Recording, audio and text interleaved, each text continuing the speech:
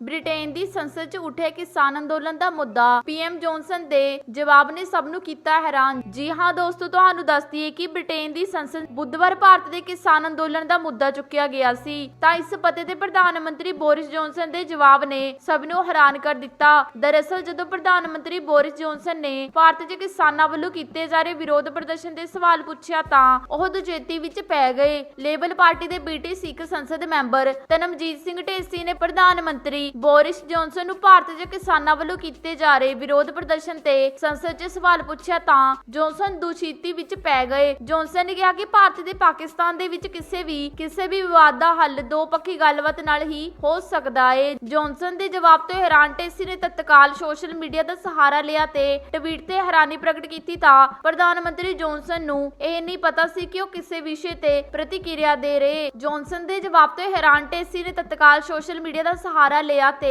Tweet ਤੇ ਹੈਰਾਨੀ ਪ੍ਰਗਟ ਕੀਤੀ ਤਾਂ ਕਿ ਪ੍ਰਧਾਨ ਮੰਤਰੀ ਜੌਨਸਨ ਨੂੰ ਇਹ ਨਹੀਂ ਪਤਾ ਕਿ ਉਹ ਕਿਸੇ ਵੀ ਵਿਸ਼ੇ ਤੇ ਪ੍ਰਤੀਕਿਰਿਆ ਦੇ ਰਹੇ ਨੇ। ਵਾਧੇ ਹਾਂ ਜੀ ਅਗਲੀ ਖਬਰ ਵੱਲ।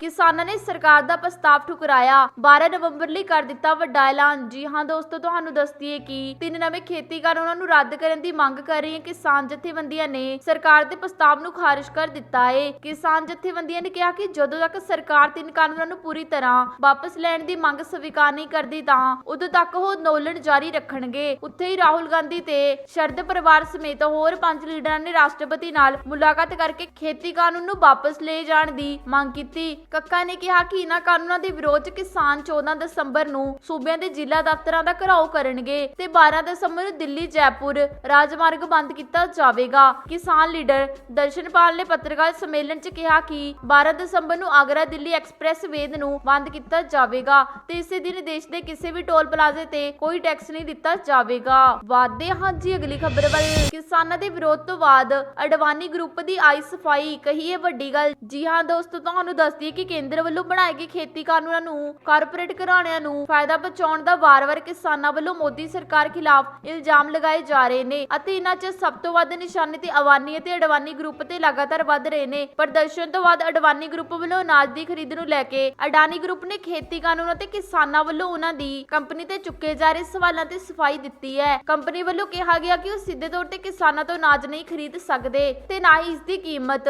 ਤੈਅ ਕਰ ਸਕਦੇ ਨੇ। ਉਹ ਸਿਰਫ FCI ਯਾਨੀ ਫੂਡ ਕਾਰਪੋਰੇਸ਼ਨ ਦੇ ਲਈ ਸਟੋਰੇਜ ਕਰ ਸਕਦੇ ਨੇ। ਅਡਾਨੀ ਗਰੁੱਪ ਨੇ ਕਿਹਾ ਕਿ ਉਹਨਾਂ ਦੀ ਕੰਪਨੀ ਨਾ ਤਾਂ ਸਟੋਰੇਜ ਦਾ ਪੈਮਾਨਾ ਤੈਅ ਕਰਦੀ ਹੈ ਅਤੇ ਨਾ ਹੀ ਅਨਾਜ ਦੀ ਕੀਮਤ ਉਹ ਸਿਰਫ FIC ਨੂੰ ਸਟੋਰੇਜ ਦੇ ਬੁਨਿਆਦੀ ਢਾਂਚਾ ਹੀ ਦਿੰਦੀ ਹੈ। ਕੰਪਨੀ ਦਾ ਕਹਿਣਾ ਹੈ ਕਿ FCI ਕਿਸਾਨਾਂ ਨੂੰ ਅਨਾਜ ਖਰੀਦਣ ਦੀ ਹੈ, ਇਸ ਨੂੰ ਸਟੋਰ ਕਰਦੀ ਹੈ। ਪ੍ਰਾਈਵੇਟ ਪਲੇਅਰ ਨੂੰ ਸਟੋਰ ਫੀਸ ਦਿੱਤੀ ਜਾਂਦੀ ਹੈ। ਅਨਾਜ ਦੀ ਖਰੀਦ ਤੋਂ ਲੈ ਕੇ ਮਾਰਕੀਟਿੰਗ ਅਤੇ ਇਸ ਨੂੰ ਵੰਡਣ ਦਾ ਕੰਮ FCI ਦਾ ਹੁੰਦਾ ਹੈ। ਵਾਧੇ ਹਾਂ ਜੀ ਅਗਲੀ ਖਬਰ ਵੱਲ। ਕਿਸਾਨਾਂ ਨੂੰ ਮਿਲਿਆ ਮਮਤਾ ਬੈਨਰਜੀ ਦਾ ਸਾਥ, ਖੇਤੀ ਬਿੱਲਾਂ ਖਿਲਾਫ ਧਰਨੇ ਤੇ ਬੈਠਣ ਦਾ ਐਲਾਨ। ਜੀ ਹਾਂ ਦੋਸਤੋ, ਤੁਹਾਨੂੰ ਦੱਸ ਦਈਏ ਕਿ ਖੇਤੀ ਬਿੱਲਾਂ ਦੇ ਖਿਲਾਫ ਅੰਦੋਲਨ ਕਰ ਰਹੇ ਕਿਸਾਨਾਂ ਨੂੰ ਹੁਣ ਦੀਦੀ ਦਾ ਸਾਥ ਪੂਰੀ ਤਰ੍ਹਾਂ ਮਿਲ ਗਿਆ ਹੈ। ਖੁਦ ਮਮਤਾ ਬੈਨਰਜੀ ਅੱਜ ਕੋਲਕਾਤਾ ਤੋਂ ਗਾਂਧੀ ਮੂਰਤੀ ਦੇ ਕੋਲ ਧਰਨੇ ਤੇ ਬੈਠਣਗੇ। ਕੋਲਕਾਤਾ 'ਚ ਤ੍ਰਿਣਮੂਲ ਵੱਲੋਂ 8 ਤੋਂ 10 ਦਸੰਬਰ ਤੱਕ ਧਰਨਾ ਪ੍ਰਦਰਸ਼ਨ ਕੀਤਾ ਜਾ ਰਿਹਾ ਹੈ, ਜਿਸ ਦੇ ਆਖਰੀ ਦਿਨ ਮਮਤਾ ਬੈਨਰਜੀ ਸੰਬੋਧਨ ਕਰਨਗੇ। ਮੁੱਖ ਮੰਤਰੀ ਮਮਤਾ ਬੈਨਰਜੀ ਦੁਪਹਿਰ 3 ਵਜੇ ਗਾਂਧੀ ਮੂਰਤੀ ਪਹੁੰਚਣਗੇ। ਉਹਨਾਂ ਨੇ ਕਿਹਾ ਕਿ ਕੇਂਦਰ ਸਰਕਾਰ ਨੂੰ ਲੋਕ ਵਿਰੋਧੀ ਖੇਤੀ ਕਾਨੂੰਨਾਂ ਨੂੰ ਤੁਰੰਤ ਵਾਪਸ ਲੈਣੇ ਚਾਹੀਦੇ ਨੇ ਜਾਂ ਅਸਤੀਫਾ ਦੇ ਦੇਣਾ ਚਾਹੀਦਾ ਹੈ। ਉਹਨਾਂ ਨੇ ਕਿਹਾ ਕਿ BJP ਦੀ ਅਗਵਾਈ ਵਾਲੀ ਇੰਡੀਅਨ ਸਰਕਾਰ ਨੂੰ ਕਿਸਾਨਾਂ ਦੇ ਅਧਿਕਾਰ ਨੂੰ ਤਬਾਹ ਕਰਕੇ ਸੱਤਾ 'ਚ ਨਹੀਂ ਰਹਿਣਾ ਚਾਹੀਦਾ। ਵਾਧੇ ਹਾਂ ਜੀ ਅਗਲੀ ਖਬਰ ਵੱਲ।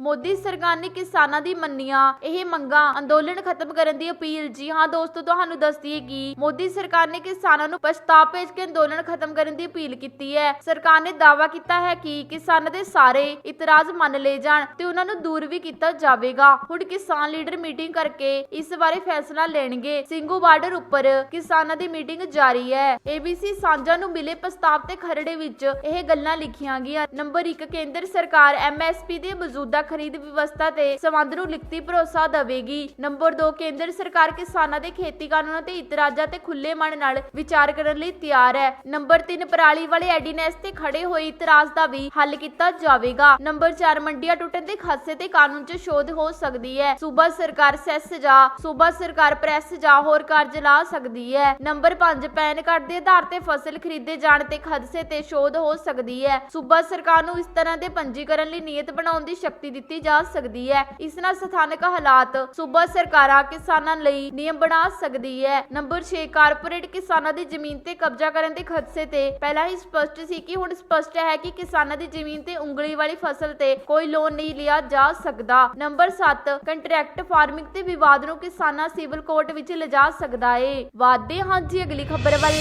Vaccine update. ਕੋਰੋਨਾ ਵੈਕਸੀਨ ਲੈਣੀ ਹੈ ਤਾਂ ਸ਼ਰਾਬ ਤੋਂ ਕਰਨਾ ਹੋਵੇਗਾ ਕਿਨਾਰਾ। ਜੀ ਹਾਂ ਦੋਸਤੋ, ਤੁਹਾਨੂੰ ਦੱਸਦੀ ਕਿ ਰੂਸੀ ਸਿਹਤ ਮੰਤਰਾਲੇ ਨੇ ਗਮਰਾਲਿਆ ਇੰਸਟੀਟਿਊਟ ਆਫ ਐਪੀਡੋਮੋਲੋਜੀ ਤੇ ਮਾਈਕਰੋਗਲਾਫਿਕਲੋਜੀ ਨੇ ਸਲਾਹ ਦਿੱਤੀ ਹੈ ਕਿ ਸਪੁਟਨਿਕ ਵੈਕਸੀਨ ਦਾ ਹਰ ਰੋਜ਼ ਡੋਜ਼ ਲੈ ਕੇ ਬਾਅਦ ਘੱਟੋ-ਘੱਟ 3 ਦਿਨ ਤੱਕ ਸ਼ਰਾਬ ਦਾ ਸੇਵਨ ਨਾ ਕਰੋ। ਸੰਸਥਾ ਦੇ ਨਿਰਦੇਸ਼ਕ ਅਲੈਗਜ਼ੈਂਡਰ ਗਿਟਸਬਰਗ ਨੇ ਕਿਹਾ ਕਿ ਅਸੀਂ ਪੂਰਨ ਸ਼ਰਾਬ ਪਾਬੰਦੀ ਦੀ ਗੱਲ ਨਹੀਂ ਕਰ ਸਕਦੇ, ਪਰ ਇੱਕ ਕੰਟਰੋਲ ਰੋਕ ਲੋੜੀਦੀ ਹੈ। ਇਹ ਸਿਰਫ ਸਪੁਟਨਿਕ ਨਹੀਂ, ਕਿਸੇ ਵੀ ਕੋਰੋਨਾ ਵੈਕਸੀਨ ਲਈ ਕਾਰਗਰ ਸਲਾਹ ਹੈ। ਗਿਟਸਬਰਗ ਦੇ ਮੁਤਾਬਿਕ ਇਹ ਸਮਝਣਾ ਜ਼ਰੂਰੀ ਹੈ ਕਿ ਸ਼ਰਾਬ ਸਰੀਰ ਦੀ ਇਮਿਊਨਿਟੀ ਸਮਰੱਥਾ ਨੂੰ ਘਟਾ ਹੋ ਸਕਦੀ ਹੈ। ਇਸ ਤੋਂ ਇਲਾਵਾ ਕੋਵਿਡ ਦਾ ਟੀਕਾ ਲੈਣ ਤੇ 42 ਦਿਨ ਤੱਕ ਕਿਸੇ ਰੋਗ ਪ੍ਰਤੀਰੋਧਕ ਸਮਰੱਥਾ ਘੱਟ ਕਰਨ ਦੀ ਦਵਾਈ ਦਾ ਸੇਵਨ ਵੀ ਠੀਕ ਨਹੀਂ ਹੈ, ਤਾਂ ਕਿ ਕੋਵਿਡ-19 ਦੇ ਖਿਲਾਫ ਪ੍ਰਤੀਰੋਧਕ ਸਮਰੱਥਾ ਬਣਾਉਣ 'ਚ ਮੁਸ਼ਕਿਲ ਨਾ ਹੋਵੇ। ਇਹ ਮਾਪਦੰਡ ਹੈ ਕਿ ਕਿਸੇ ਵੀ ਸਥਿਤੀ 'ਚ ਪ੍ਰਭਾਵੀ ਹੈ। ਵਾਧੇ ਹਾਂ ਜੀ ਅਗਲੀ ਖਬਰ ਵੱਲ।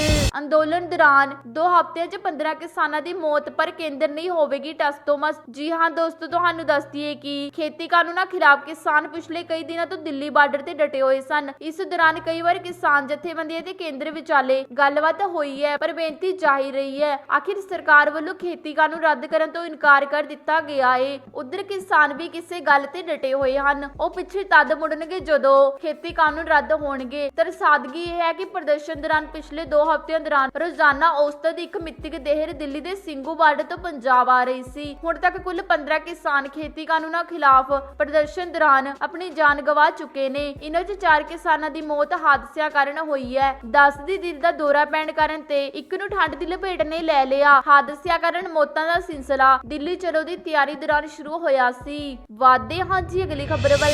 ਕਿਸਾਨ ਅੰਦੋਲਨ ਤੋਂ ਧਿਆਨ ਲਾਭੇ ਕਰਨ ਲਈ ਸਰਜੀਕਲ ਸਟ੍ਰਾਈਕ ਦੀ ਤਿਆਰੀ। ਜੀ ਹਾਂ ਦੋਸਤੋ, ਤੁਹਾਨੂੰ ਦੱਸਦੀ ਹੈ ਕਿ ਪਾਕਿਸਤਾਨ ਨੂੰ ਡਰ ਹੈ ਕਿ ਕਿਸਾਨ ਅੰਦੋਲਨ ਨੂੰ ਕਮਜ਼ੋਰ ਕਰਨ ਲਈ ਭਾਰਤ ਉਸ ਤੇ ਹੋਰ ਕੋਈ ਸਰਜੀਕਲ ਸਟ੍ਰਾਈਕ ਕਰ ਸਕਦਾ ਹੈ। ਇਸ ਨੂੰ ਵੇਖਦੇ ਕੌਮਾਂਤਰੀ ਸਰਹੱਦ ਉੱਤੇ ਉਸਦੇ ਫੌਜ ਨੂੰ ਹਾਈ ਅਲਰਟ ਕਰ ਦਿੱਤਾ ਗਿਆ ਹੈ। ਐਕਸਪ੍ਰੈਸ ਟਿਊਬਨ ਦੀ ਰਿਪੋਰਟ ਮੁਤਾਬਕ ਪਾਕਿਸਤਾਨ ਨੂੰ ਖੁਫੀਆ ਜਾਣਕਾਰੀ ਮਿਲਦੀ ਹੈ ਕਿ ਨਵੇਂ ਖੇਤੀ ਕਾਨੂੰਨਾਂ ਉੱਤੇ ਕਿਸਾਨਾਂ ਦੇ ਪ੍ਰਦਰਸ਼ਨ ਤੋਂ ਧਿਆਨ ਲੱਭੇ ਕਰਨ ਤੇ ਅੰਦੋਲਨ ਨੂੰ ਕਮਜ਼ੋਰ ਕਰਨ ਲਈ ਭਾਰਤ ਸਰਕਾਰ ਸਰਹੱਦ ਉੱਤੇ ਕੋਈ ਵੱਡੀ ਕਾਰਵਾਈ ਜਾਂ ਸਰਜੀਕਲ ਸਟ੍ਰਾਈਕ ਲਈ ਅੱਗੇ ਵਧ ਸਕਦੀ ਹੈ। ਰਿਪੋਰਟ 'ਚ ਅੱਗੇ ਆਇਆ ਹੈ ਕਿ ਮੋਦੀ ਸਰਕਾਰ ਦੀਆਂ ਨੀਤੀਆਂ ਪੁੱਠੀਆਂ ਹੋ ਗਈਆਂ ਨੇ। ਅਜਿਹੇ ਹਾਲਾਤ ਵਿੱਚ ਚਿੰਤਾ ਹੈ ਕਿ ਕੱਟੜ ਕਿਸਮ ਦੀ ਰਾਸ਼ਟਰਵਾਦੀ ਸਰਕਾਰ ਕਿਸਾਨਾਂ ਦੇ ਪ੍ਰਦਰਸ਼ਨ ਨੂੰ ਕਮਜ਼ੋਰ ਕਰਨ ਤੇ ਖਾਲਿਸਤਾਨੀ ਅੰਦੋਲਨ ਨੂੰ ਤਾਕਤ ਮਿਲਣ ਤੋਂ ਰੋਕਣ ਲਈ ਉਹ ਕਿਸੇ ਵੀ ਹੱਦ ਤੇ ਜਾ ਸਕਦੀ ਹੈ। ਵਾਧੇ ਹਾਂ ਜੀ ਅਗਲੀ ਖਬਰ ਵੱਲ।